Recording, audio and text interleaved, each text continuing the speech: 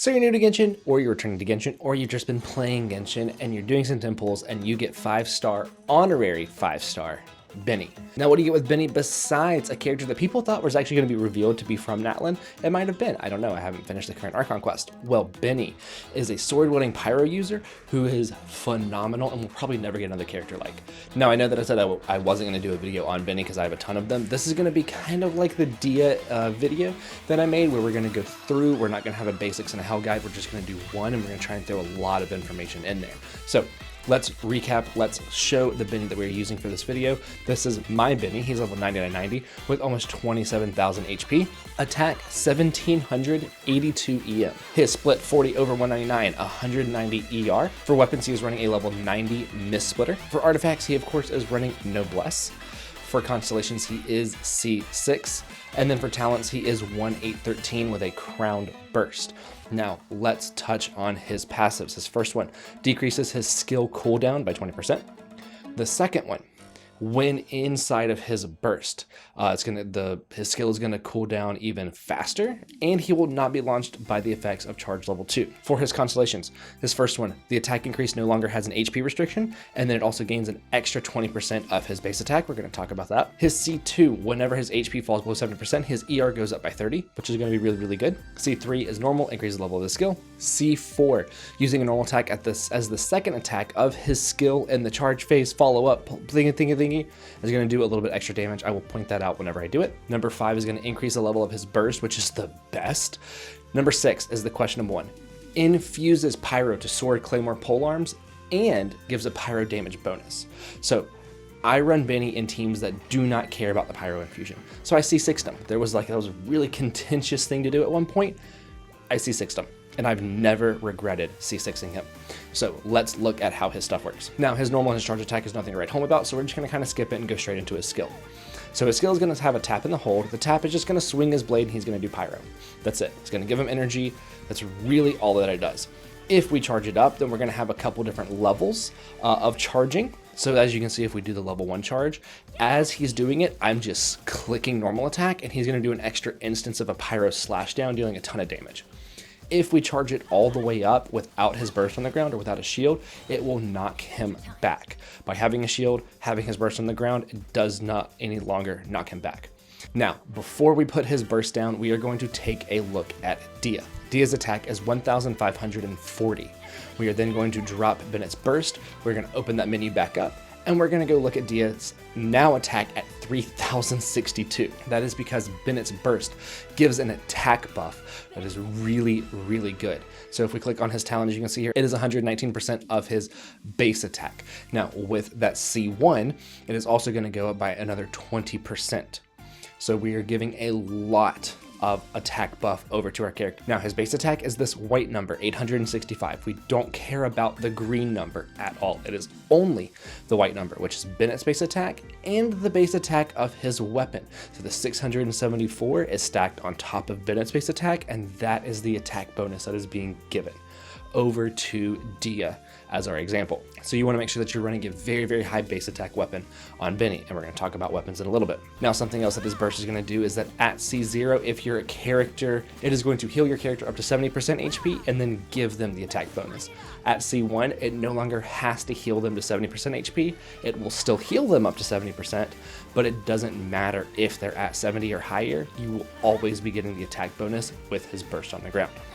Now, while his attack bonus does go by his base attack and the base attack of the weapon, his healing is based on his HP. So you do want to make sure that you have a high base attack weapon, but you want to make sure that you have HP for healing.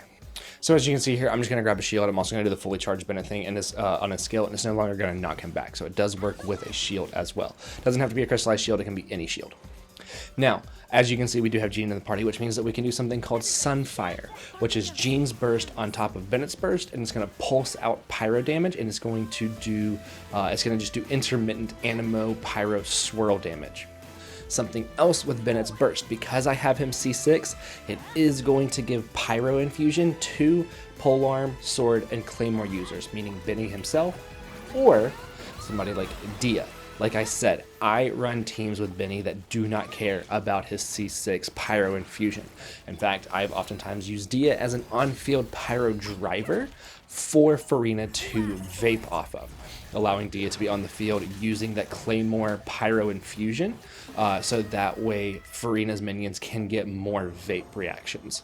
Now, speaking of Benny and Farina, they go together very, very well, especially for an attack scaling character, which Dia, because she is split scaling on HP and attack, she can still take really good use of having Bennett here. So if we just use Bennett's burst, drop it down, and then we were to go to Farina, use her fanfare points, allow Benny to stack some, and then just let Dia punch her way through everything, everything's dead. Now, artifacts. Beginner, something like Exile is going to be really, really good because we want to use his burst. For late to mid game, Noblesse is super good. It's going to increase the burst damage. It's going to give even more attack buff to your characters once they use their burst. So once Benny uses his burst, he's getting Noblesse's attack buff as well as his attack buff from his burst. If you are not running an ER weapon, then make sure that you're running ER Sands. You need to have his burst as ready as often. If you're running something like Skyward Blade where you have ER, then here you can run like HP so that way he's healing more. You can run an attack sand so that way he's doing more damage. You can fill in this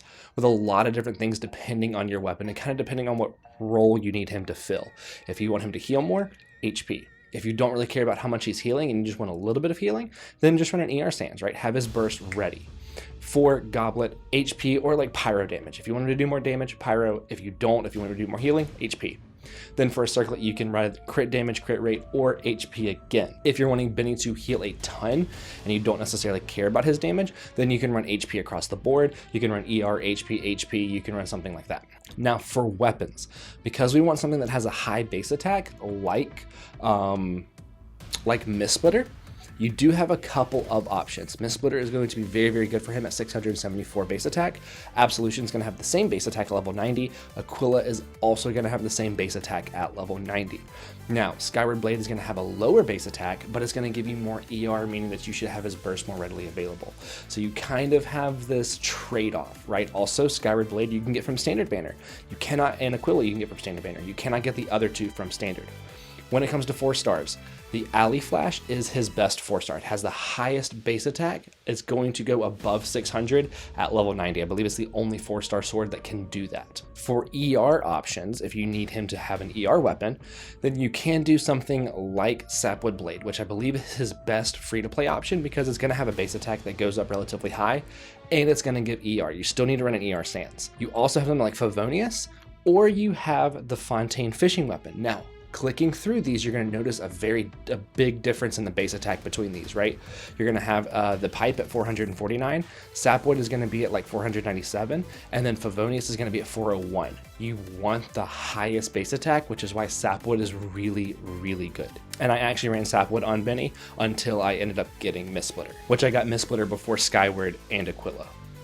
Crazy. Also, don't just be like, oh, I'm going to throw a 5-star on him, right? Because if we look at Chiori's signature, it's only got 542 base attack instead of the 674 that Mistsplitter has. And they're both level 90, they're both 5-star, right? You need something that is going to have a really high base attack, not just a 5-star weapon. Now, I said that I run Benny, my C6 Benny, in teams that don't care about his Pyro Infusion. One of them is going to be my Raiden Hyper Carry. I run him with Raiden, C6 Sara, Chevy, and then, of course, C6 Benny. And this is going to give Raiden an insane attack buff. I believe that once it's all said and done, Raiden has over like 4,500 attack with Chevy and Benny, and it's really, really crazy. This also works really well with Chevy because of the Overloaded. I can always cause an Overloaded before I need to use her hold skill to get the attack buff up, right? So it's a really, really good team. Raiden does not care about the Pyro Infusion. Her burst overrides all infusions. Another team that I really, really liked was going to be Emily, Dia, Arlecchino, and Benny, and it's just going to be a pure burning team. Where Emily can like the attack buff, Dia can like the attack buff, and Arlecchino can like the attack buff. Where I kind of bring Emily on the field, use her burst, go to Arlecchino, use her skill, let it charge up while it's charging up, go to Dia, use Dia's burst, and then go back to Arlecchino and absorb it all. Getting Benny's burst ready to go again for Arlecchino. There's so much kind of going on in this whole team where it's 3 Pyros and a Danger character. It was great. Until I got Mulaney, I was running this team. Once I got Mulaney, I had to change things because I really like the Dia, Emily, Mulaney team. Now that is going to be it for this video. If you have any questions, you should leave it down in the comments. Myself or somebody else will try to answer it, and I'll see you in the next one.